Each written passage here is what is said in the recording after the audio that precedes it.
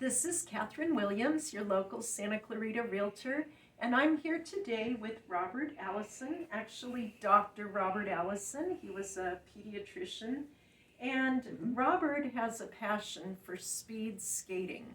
And I really didn't know too much about speed skating before. We've all heard of figure skating, um, hockey, but speed skating doesn't get a lot of attention. So I was wondering if you could tell us a little bit about how you got interested in speed skating. Well, it's pretty common that we get this "who knew" business when people say speed skating, and then it's like skating like rollerblade. No, on ice, and you race. And so I'm used to the incredulousness of skating, but I think in every 4 years we have the Olympics, and it gives exposure to people to activities that they're not so familiar with. I mean, we were noticing there's a big presence this year's broadcast about curling, which is another sport on ice that people are not familiar with.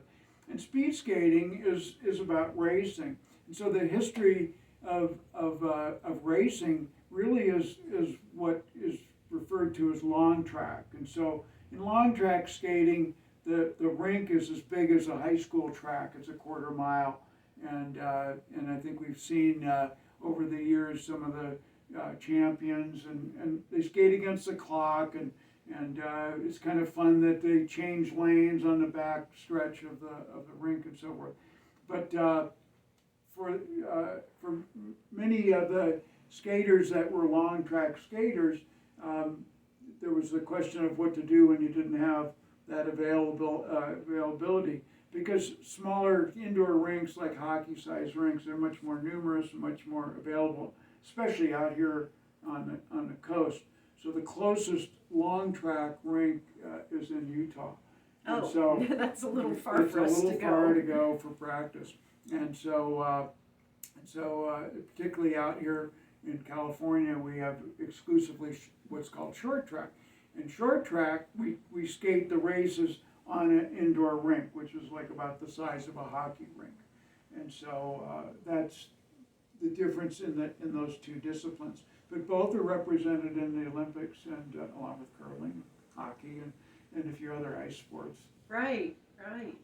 Now, where could people go if they live in our valley to participate in this? Well, we're really blessed with the local ice rink, which is called the Cube, and the city owns that. This is all kind of post-COVID. Because the ice rink has been in the valley for about 20 years prior to COVID, but the rink was sold, and the city bought it and kind of rebranded it under their own logo, and it's called the Cube, and in front of it you'll see a giant cube, and I think it's a play on words for ice cube. It sounds like it. To be true. But even before COVID, we had a speed skating club that is based out now the Cube, and so we do practices and races, all short track. Now, what ages participate in this? So we have master skaters as well as little kids. So we've had skaters as young as 5. They don't stay 5, so we don't have anybody that's currently 5. But those are the youngest skaters, and our oldest skater currently is 75. Nice. Not me. Of course not. So you were talking about how they manage little kids and adults and different ability levels all at the same time. Can you describe that? Yeah, it's really kind of fun. That's what makes practice fun, because there are very few sports where everybody is doing the sport all at the same time. And so the ice rink is marked with these blocks, these little dark cone-shaped things that marks the edge of the track. And so the racing part is around the perimeter of the track. So it leaves the infield kind of open, and you know, you can do drills or just you know, rest and so forth. So we'll divide our total skaters into different skating groups, and so maybe we'll have the elite, really fast skaters out on the ice, and the rest of us are in the middle, and then we might have a masters group so that the big people don't have to interact with the small people, you know, where there might be risk of injury or something like that. Yeah. Yeah, well, that sounds like a lot of fun to participate in. You seem to love it. Well, yeah, it's really a gas, and of course, you know, I got involved in the sport just as a way to do conditioning, but it became quite a bit more than that. A lot of fun, and it's fun to introduce the sport to young people, and then watch them grow and get faster than I am, and that type of thing.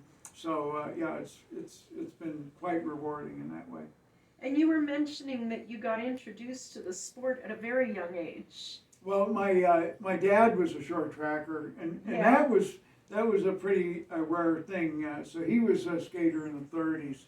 Is And that? this is my dad here, and that's a picture of me trying to do the same thing. Uh-huh. And yeah, so he was introduced to the sport by one of the original Olympians, a skater named Art Staff, came to Detroit and established a speed skating club in the 30s. And so a local hardware store sponsored them. That's why he's got rails on his skating sweater, and that's how he got involved. And so he introduced my brother and I to skating at a young age. We weren't even in kindergarten and already had learned to skate. Yeah. Very nice. Right. But I didn't get involved in speed skating per se until much older. I was in my 50s and looking for some kind of thing to do and get in shape. And just by luck, I made inquiries at the time that the founder of the local speed skating club was just getting things organized.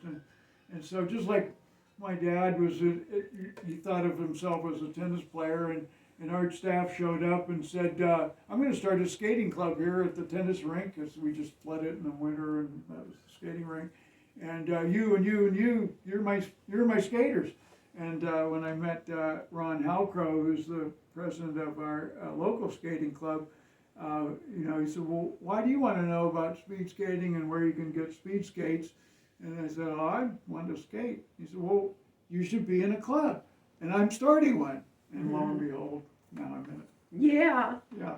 Well, you got a beautiful set of skates. Do you want to show us them? Sure. And how do So- they differ from the kind we're used Yeah, to so seeing? these are skates.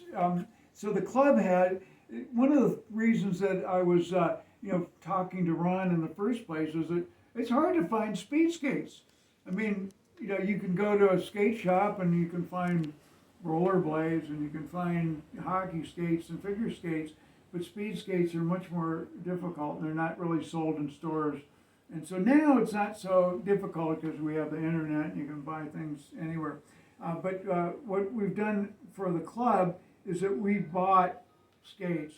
So we have skates to loan out, or people can rent and use as a personal thing. And it's especially good for the children because they get bigger, and the skates are fairly expensive. You know, several $100s for a nice pair of skates. So these are two of the skates that we have for the club. And the thing that really distinguishes speed skates is that the blade is much longer. So this blade's just 15 inches long. Some of the international skaters are on blades that are 17 or 18 inches long, so another 3 inches longer than these. And the idea is to get power and go fast, the more blade that's on the ice and pushing, the more you're propelled. And so that's the nature short track. And so this is the left skate here, and what you can notice is the blade isn't really centered. It's off to the side, because as skaters are going around the turn, you know, you're leaning over quite a bit. And so if the blade's in the middle, then the boot will hit and you lose traction Oh. and you're in the pads. And so the blade is set off to the left so that you can lean over farther without the boot hitting the ice. Oh, okay. So there's a lot to it that you wouldn't know. Like looks pretty interesting, but there's a lot that goes into really learning how to do that. Nice. Well, I noticed you have a display of an awful lot of awards. Do you want to share that with us? Sure. Let's walk over. So before COVID, we had some regular competitions and so forth, including state championships with there's a club in Northern California that skates in Oakland and San Jose, and so we would alternate going up to the Bay Area one year and then down here in LA, in the opposite year. And sometimes we attract skaters from Phoenix area and of course Salt Lake City as a thriving skating community. And so it's kind of fun. The kids especially like to win awards, and so that's what some of these are. These here, these are from the nationals, and so when our latest coach took over the coaching duties in 2010, he said, "Well, put your hands up. You're going to nationals." And like, who's going to nationals? Wasn't even on my radar. And so I put my hand up. And so anyway, the first year we went, my colleague was the national champion of the 60s. I was a silver medalist in that. And the coach himself won the 50s. Yeah. And so he's now a 5-time national champion. So we've got some good skill in the club. Nice. And in fact, we were talking a little bit off camera about some of the skaters that we've had, but some of the one family in particular, that just started out as little kids and so forth. The two elder sisters ended up in the Olympic trials a couple of Olympics ago, and one was third, one was seventh in the trials. Amazing. Unfortunately, only 2 skaters from the United States went that year, so they just got edged out. But we've got skill levels from the ranked beginners to Olympic hopefuls, and it's been really fun to see the growth in those athletes. And if any of our viewers wanted to get involved in this, can you tell us how? I think the simplest thing, we have a website, and so the club being in Santa Clarita is the Santa Clarita Speed Skating Club. And the website is just the letters, scssc.net. And so that's probably the simplest way to get involved. You can also, of course, just go to the Cube. We have our practices early on Saturday morning at like 7 a.m. And so we've had a few people that either made contact through the website or just showed up to find out more about it. Nice. Yeah. Well, so we're welcoming of your skaters always. It's been such a pleasure getting acquainted with you, Robert. I never knew much at all about speed skating. And there you go. You brought me up to speed. Right. Very cool. So it's been a pleasure talking with you. Thank you. And I want to remind our viewers that I'm Catherine Williams, your local Santa Clarita Realtor, here with Robert Allison, and we've sure enjoyed talking about speed skating. Thank you for listening.